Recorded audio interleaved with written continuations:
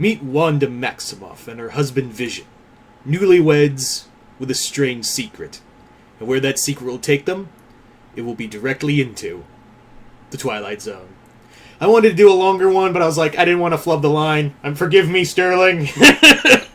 Anyway, so yes, I was actually thinking about doing a review, and I actually still am. I'm going to do a review on a whole for WandaVision, but I figured since the first 2 episodes were, like, so huge, like, everyone was going to be talking about the first 2 episodes, I was like, you know what, fuck it, I'll talk about it now. I'll talk about the first 2 episodes. I don't think I'll be doing week-to-week episode reviews, but I will do, like, a whole series review. Like, I will do a whole series review, but I thought, the first 2 episodes are intriguing enough, and this is the first thing we've gotten Marvel-wise in over a year.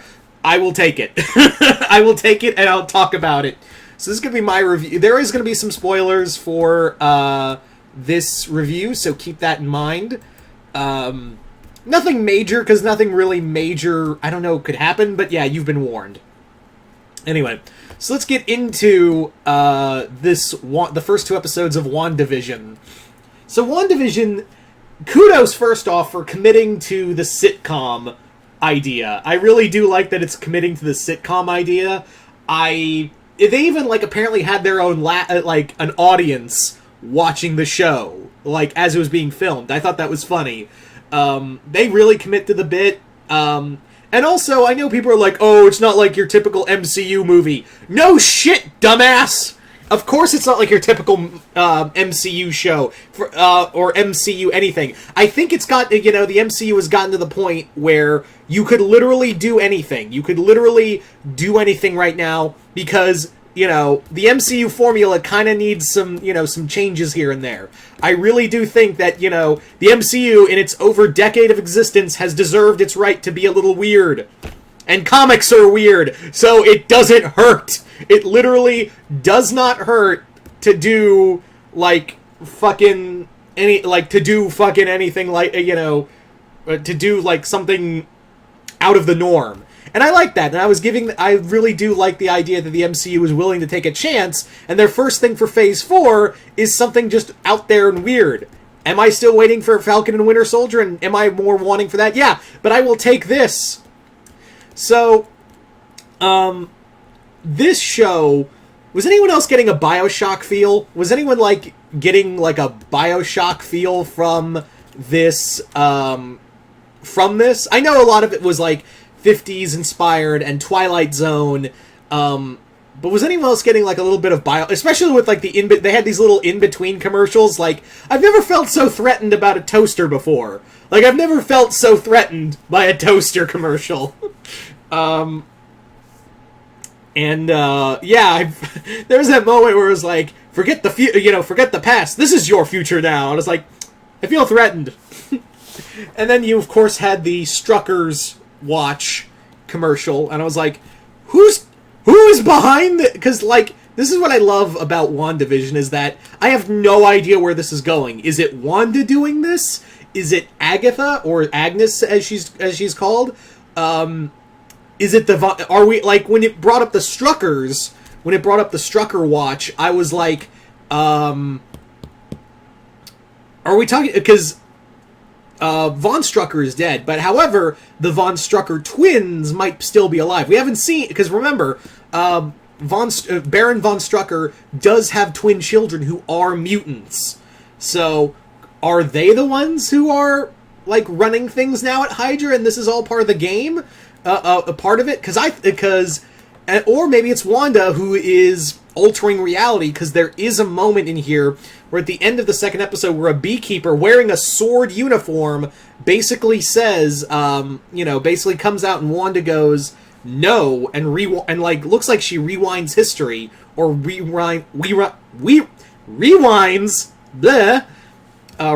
reality to make it look like, okay, that event didn't happen. So is it Wanda herself? We do know the Mind Stone is involved from the trailers, and we did see the Mind Stone on this little cabinet in here. There's also I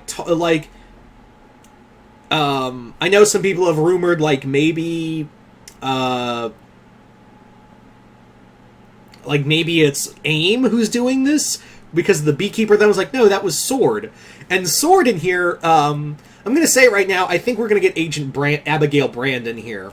And I'll tell you why, because one of the recent castings we've had, right before the show premiered, like days before the show premiered, someone from Buffy, I forget her, the actress, she played in Buffy, she tweeted saying, hey, I'm in WandaVision. I was like, oh, you're Agent Brand, because you're not saying who you are. I was like, you're definitely going to be Agent Brand.